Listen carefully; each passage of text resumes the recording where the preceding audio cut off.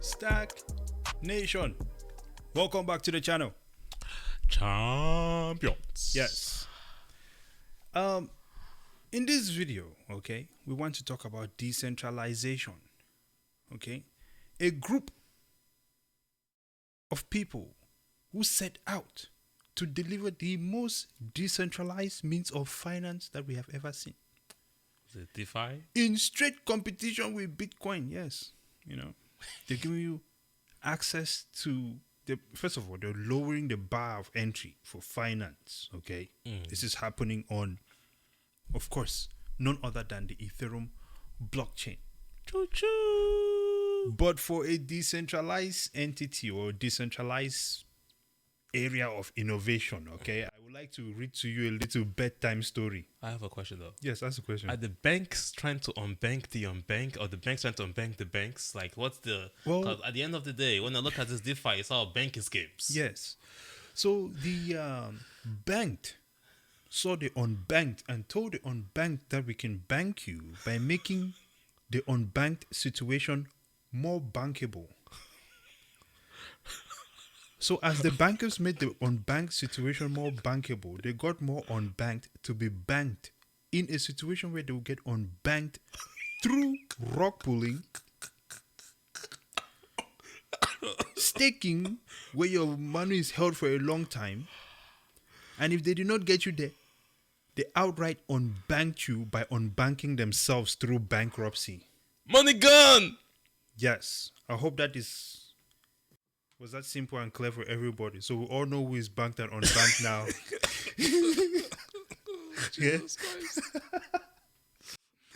But listen, there is one more person who wants to put their arm into the unbanking situation. Oh, sure, they're the banks themselves. Not only that, this is what I call a lullaby to decentralization.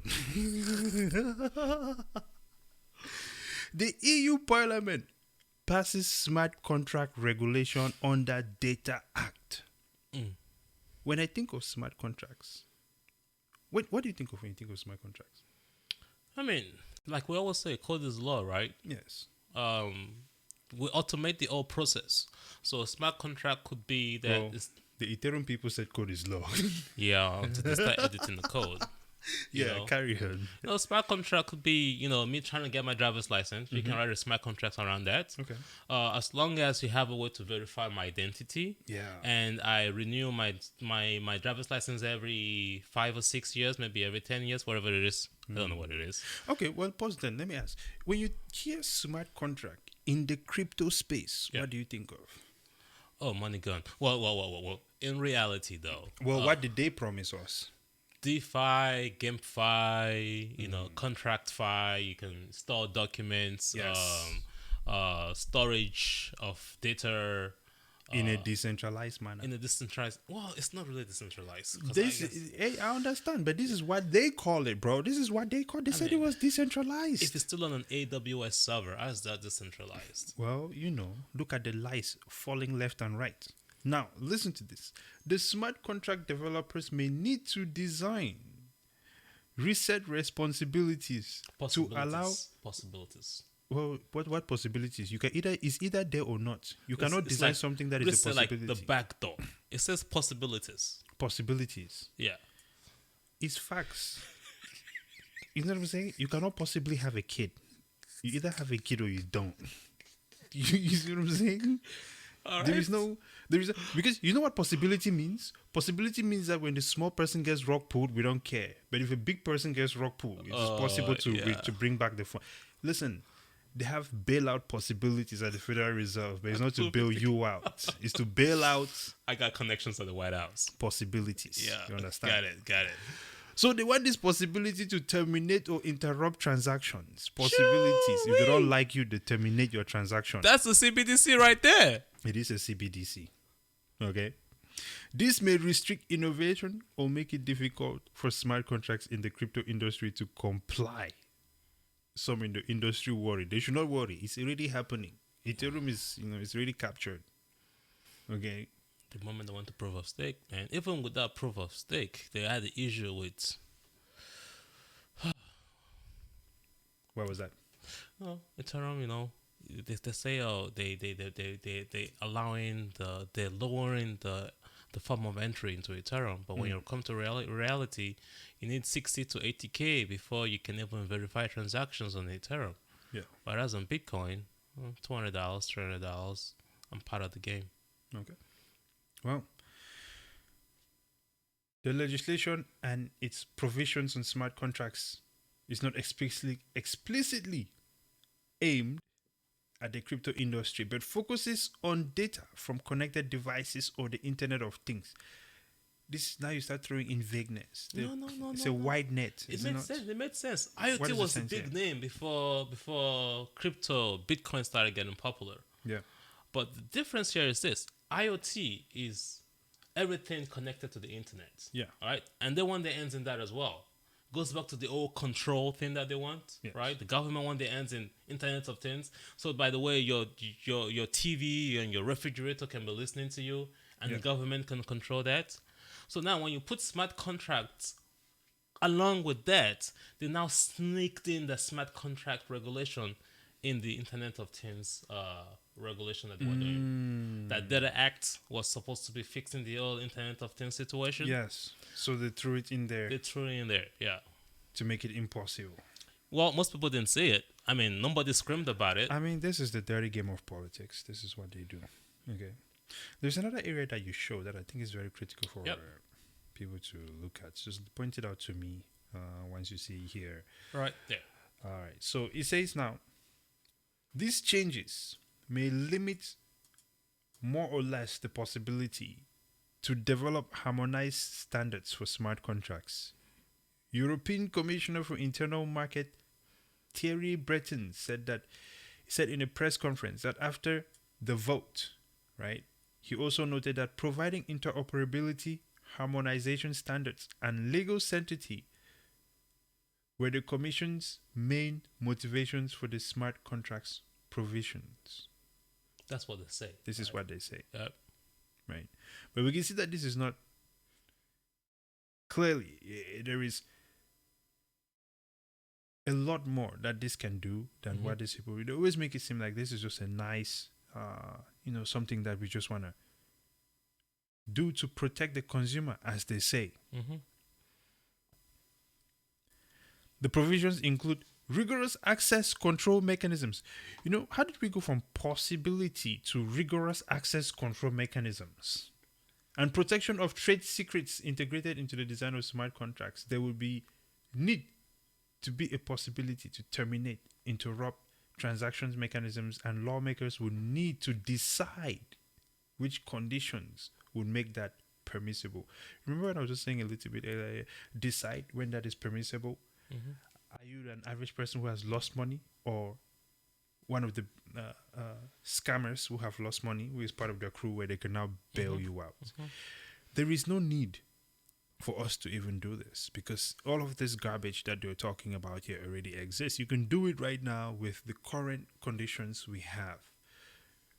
Creating smart contracts on a decentralized manner, a decentralized platform, and then turning around and giving control of that back to the regulators, right? It's like creating something new and then just putting it right back in reverse and going back to where we were, but calling it something new. It's like creating a Tesla and putting an us wheel on it. The big wheels that they use for the buggy wheels. Yeah, buggy wheels. That's basically what that is. Yes, exactly. So with this, then it just says that DeFi is not real. Smart contracts and a lot of these things in the crypto space, if they comply to this thing, are not real. That is one way to look at it. But the other side of looking at it is that this is in the UK, and if they make these rules, who does it apply to? Because when it comes to the crypto space, we have seen that you could operate from anywhere in the world. And it seems to me they'll only be pushing innovation out of their country. Yeah, I think that they were making a big mistake here. Because that is the big point of crypto. That's the big point of Bitcoin. Yeah. I still think that those in the crypto space are a little bit too advanced or too early for that stage. But hey, who am I to tell you that? The biggest problem that the entire world needs to be fixing right now is the issue of money, the issue of you and I being able to store our value and not being stolen and not being slaves of the system. Right. Once we fix that, then we can start talking about automation, efficiencies of decentralization, which could still be done on the Bitcoin network as well, even though Bitcoin was never designed for that. Right. But yeah, we'll give it to you guys for trying to be forward thinkers. But as you already know, the challenge that Bitcoin is facing is the problem that you guys are facing already right now, is that the current systems would not let you be. So why don't you just Bitcoin? Fix that problem first so that then you can innovate later. You can innovate right now in the current system that you are in. They want control. They want their nose in everything. They want to know what you are doing with what and have access to it through the back door and control. Like it said it right there. Yeah. So then you can solve the problem that you're trying to solve. It's like a problem trying to find a solution, trying to find a problem. So let's get together. Let's fix the bigger problem. Yes. So that you can get the freedoms that you want for your smart contracts. It's that simple. Well, we'll see what happens. The whole thing was a scam to begin with in the beginning. I have no hopes for this. Before we go, Vitalik was a cipher. yeah, I remember. Yeah, he was one of the originals. Yep. Look at that. Interestingly, before we go, just look at what is passing on the screen. So, just looking at the corner here, you see Ethereum hackathon going on, right? It's just what a chaotic page. Developers caution against investing in Ethereum's Gorilla test token. Okay, just a bunch of fraud and insanity going on around the space. But to me, it just seems that Bitcoin is marching ever forward. I know people are probably sitting here and like, oh God, man, he's a Bitcoin fanboy. Why not? I don't know what to say. Come on, man. If you wake up every day and you go to work and then you see the taxes that come out of your paycheck, yes. Come on, you better wake your ass up. I don't know what to tell you, man. This is the reality. You better Bitcoin. It's the reality. Chill. And I know you are feeling it too. It's not just hitting my bank account. So, hey, unless you're in a different dimension where all of this inflation is not hitting you. There are different people out there. Some folks are just like, what can I do about it? We can't win. Yeah, no, those people are not watching our channel. People watching our channel are smart people. You understand this thing? So, there we go. Ladies and gentlemen, this has been an interesting one. Okay? The crypto space has been really quite captivating, exciting. It's been an emotional roller coaster, all sorts of things. Rock pools. Mm-hmm. If somebody told me that I was going to put my money somewhere and it was just going to disappear for no reason one day, I'm like, wow. On the internet? Right? Sure. In the bank? You know what I mean? Not even in the smart contract. Right. In the bank. Yes. Yeah. So this is happening in our lifetime. No other time in history has something like this been happening. What an incredible time to be alive. Interesting things to experience. We will tell our kids about this and our great-grandkids and our great-great-grandkids, because you see, we're discovering this formula to extend life. Not that it's necessary, but what can we say? They need to tax us longer, so obviously they'll let us make, yes, they'll probably make the air more breathable. Sure. Do you know that they tax dead people? Yeah, listen now. It's conspiracy theory, man. We're cooking it up over here. No, you're born, you get taxed. You die, you get taxed. You get taxed. Believe for sure. that. You get taxed for sure. Yeah. And you don't want the Bitcoin. Exactly. You know what's funny? I just found out. Why not? Bitcoin is the only space where you die, you never get taxed. You actually have to give the money away. At least you give somebody the you keys. Have to give the keys to somebody and they will take over the Bitcoins and continue. Or it could just be gone forever and ever. But then that value is passed on to everybody else because it can never be sold and devalued. The insanity that Bitcoin is, man. I don't know how people not getting this shit. There is the fact that this thing exists. I think this is an eighth wonder of the world. Period. Because how can one person design something like this? Let's wrap up this video. We're going off topic, man. Only 21 million. Can be inflated. How about that? No, listen. Ladies and gentlemen, incredible times. Subscribe to the channel, STAKK. Like the video, comment down below. What are your thoughts? Do you even think... this decentralized space, it's already been debunked at this point. But, if you will, kick your opponents while they're down in the comment section. STAKKFin on Twitter, STAKKFin on Facebook as well, and of course we are on Spotify, Instagram pandas. Yes, Instagram. Those people, man. You know, Instagram is only for OnlyFans people. Anyway, so whatever. It is what it is. Incredible times. Thank you for hanging out with us, ladies and gentlemen. On to the next one. Braze them out. Double O.